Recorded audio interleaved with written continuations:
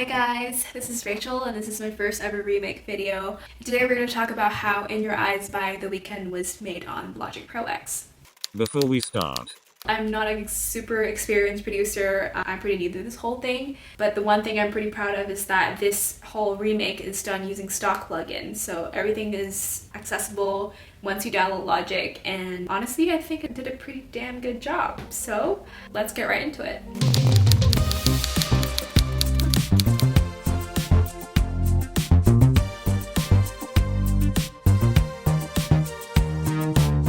The first thing I want to go through is the intro. So the way I went about this whole remake is that I found the closest sounding presets that are already on Logic, and then I went into each and every synth to kind of tweak them, make them sound as close as possible. And the first one that I chose for the intro is this one called Classic Synth Brass. And honestly, I didn't really do much to it. It's a retro synth preset, and all I did was literally just add some EQ, a little bit of delay, so it sounds like this.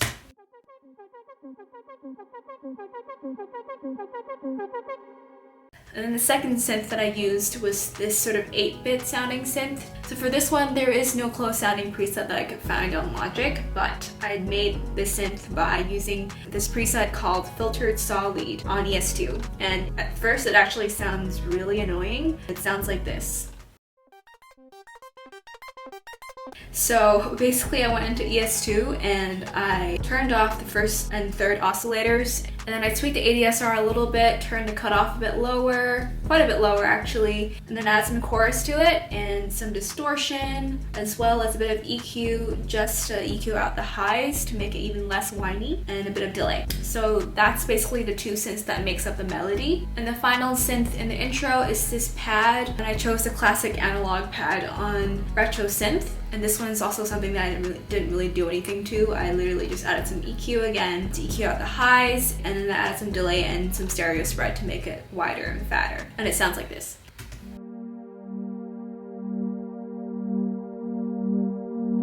So for the intro, there is a bit of automation going on. It's just a very classic crescendo for all three synths, and all together it sounds like this.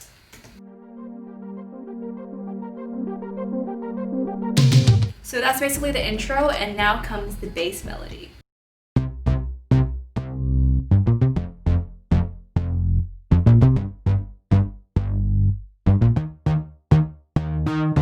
So for the bass, this is the first thing I actually started off with, but it was also the easiest thing for me, surprisingly, because Logic already has some really good presets that sound amazing. So the first one is this heavy synth bass preset on Alchemy, and I literally didn't do anything to it. I also just added a bit of EQ. At the same time, I also used an enveloper to bring out certain transients, so every time it hits, it's a little bit poppier, and basically it sounds like this.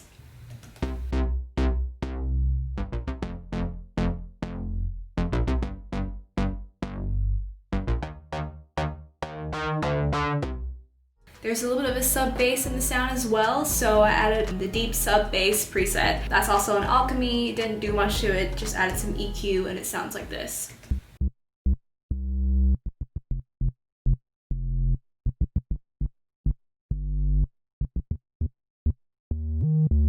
And the third synth that I added into it, just to make it a little bit more funky, is this one called Vintage Funk. It's a sculpture synth actually, and it sounds like this. And finally, I thought these three synths were pretty good at first, but then I feel like it was lacking a little bit of pluckiness to the whole bass, so I added on a Liverpool bass that's not a synth, but an actual instrument, and I basically add a little bit of distortion to this, again, and the enveloper just to bring out the poppiness, some of the transients, EQ, and it sounds like this.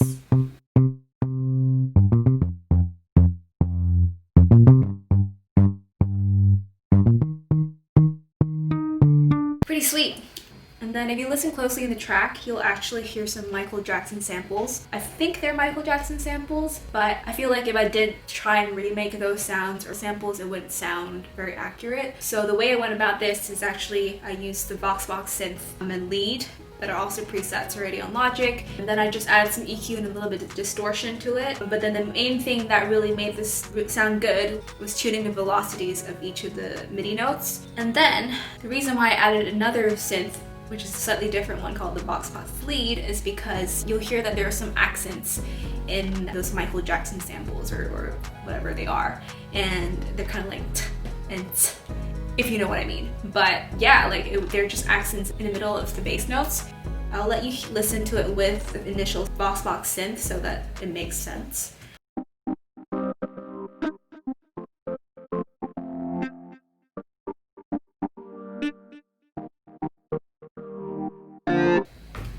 That's basically it, and if you listen to it with the whole bass, it sounds pretty sick.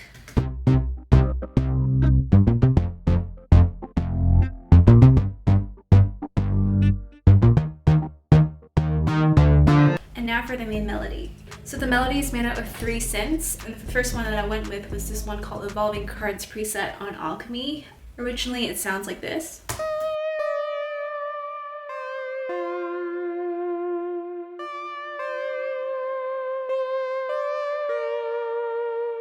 So I went in and I actually turned up unison and tweaked the ADSR a little bit, and then I added a little bit of distortion to it and some spread, EQ, just EQ out the lows, and basically it then sounds like this.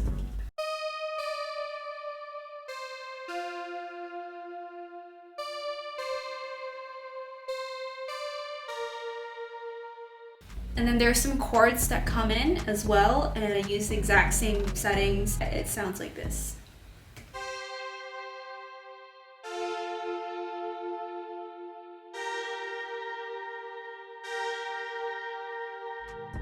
And then the second component of this main melody is this brass instrument that's not a synth, but you'll hear that in the main melody. It's quite brassy, and I couldn't really find a synth that could really replicate that sound, so I used an actual brass instrument from the orchestral section of the Logic Pro instruments, and then I added some EQ, quite a lot of reverb to it, a bit of delay, and it sounds pretty good already. And then for the final component of this sound, I chose a Massive Saws synth that is an ES2 synth, but I basically tuned ADSR also a little bit, and at the same time EQ'd it, added some delay, and also really turned the attack up quite a lot, just so that it hits a little bit less abruptly, and it sounds like this.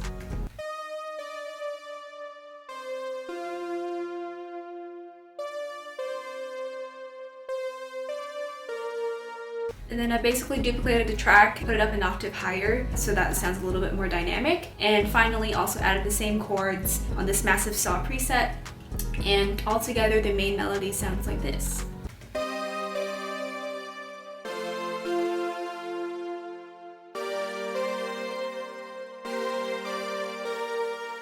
And now for the drums, I pretty much play throughout the entire track. It's pretty simple. For the kick, I actually used a Blinding Lights kick, playing every 2 beats. And then I actually added another kick to the initial kick, and this one is sort of acts like a top kick, because if you listen closely, the kick is actually a layered kick, and it kind of just gives it a little bit more bounce. So this top kick sounds like this. You'll see that this plays every beat because I wanted it to coincide with the snare so that the snare hits a little bit harder. And now comes the snare. The snare is also a pretty standard sort of 80s sounding snare that I found, and it sounds like this.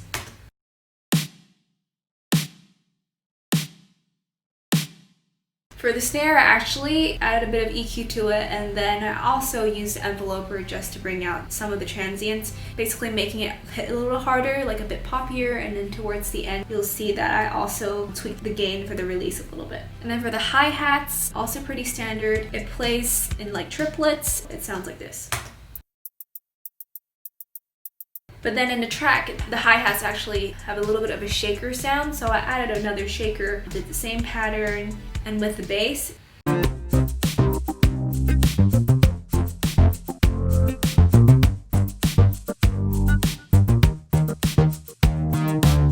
And then for the first verse, when we come to the 4 bars before the pre-chorus, there is the lead that starts playing again. And this is basically using the same filtered saw lead that I had in the intro, and I layered another one on top of the initial lead with the same synth but 1 octave higher, and together they sound like that.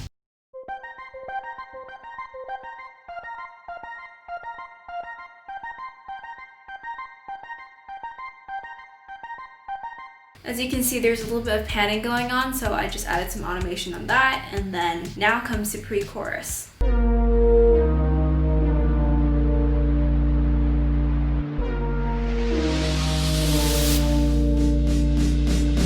So for the pre-chorus, it's another sort of brassy sound, and I use the same classic synth brass preset that was used in the intro. I won't go through it again. And then the second synth that I use to layer on top of this is this preset that's on Retro Synth again, and it's called Majestic Horn. For this one, I actually tuned the synth a little bit and also the reverb, and at the same time I basically EQ'd out all the highs and lows so that it's a little bit more muddled and less annoying, and this is what it sounds like.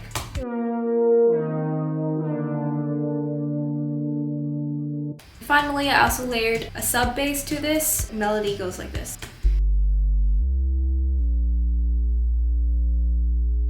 And then right before the chorus hits, there's also another sort of crescendoing snare that comes in for the build-up. And for this snare, I actually just used the same exact snare that plays throughout the track, but then I also layered a tom on top of that and another crash, and altogether it sounds like this. So now for the second verse, there is a pad that comes in right after the chorus. So for this one, I literally just used the same classic analog pad, but I added some automated EQ to it, basically the high cut frequency. So just to let you guys see, it sounds like this.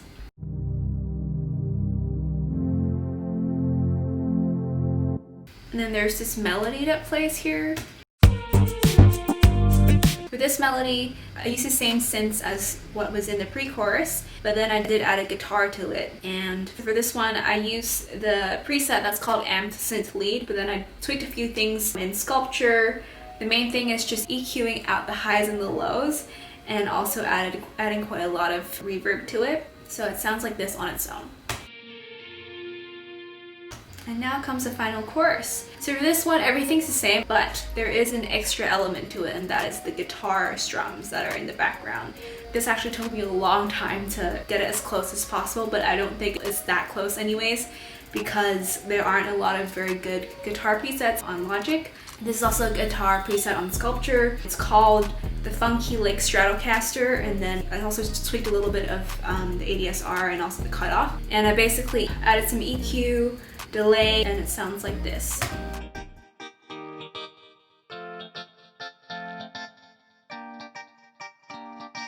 So I'm no guitar player, so I feel like these strums aren't really super natural, but I just tried my best on this one and really tweaked the velocities to make it sound real. But if you listen to it all together with the track, it doesn't sound too bad. Oh, and one more thing that is added in this final chorus is there's some brass instruments playing.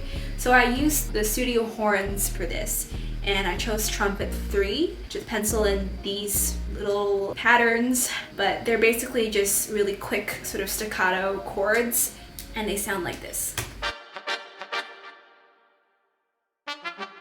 And in the middle of this chorus, the really iconic saxophone comes in, and the way I went about this was I basically used Logic's really good studio horns and chose the alto sax 2. And honestly, it sounds really damn good because Logic's studio horns actually makes everything sound super humanized. I turned it up quite a lot here, as you can see. And if you add a bit of EQ just to bring out a bit of the lower frequencies as well as the higher ones, so that it sounds a little bit more dynamic, and quite a lot of reverb, it sounds like this.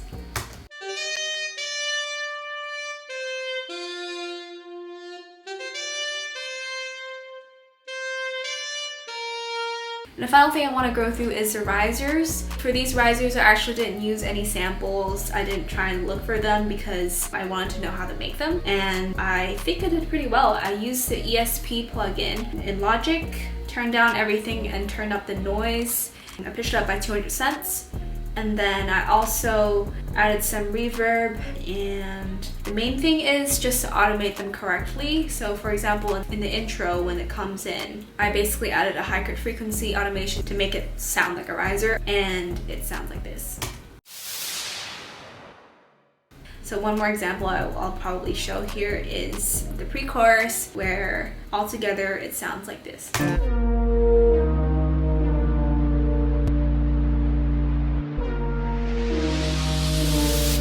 So here I add a bit of panning automation to it as well. Don't think you have to do that, but I think it sounds a bit closer to the original. And that's basically it.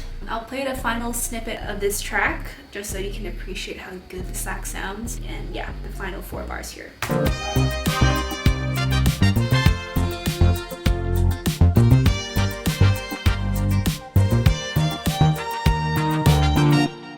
Thanks so much for watching, guys. Let me know down below in the comments on how you think I did. I feel like there's definitely a lot of areas that can be improved, especially probably the mixing and some elements like the drums, for example. But in general, I think it sounds pretty damn close. And if you want to listen to the full audio track, I will post another video with it. And any recommendations on what track I should remake next is more than welcome. And yeah, follow me on Instagram. My handle is the same. And what else do people say? I don't know, but yeah, see you guys next time.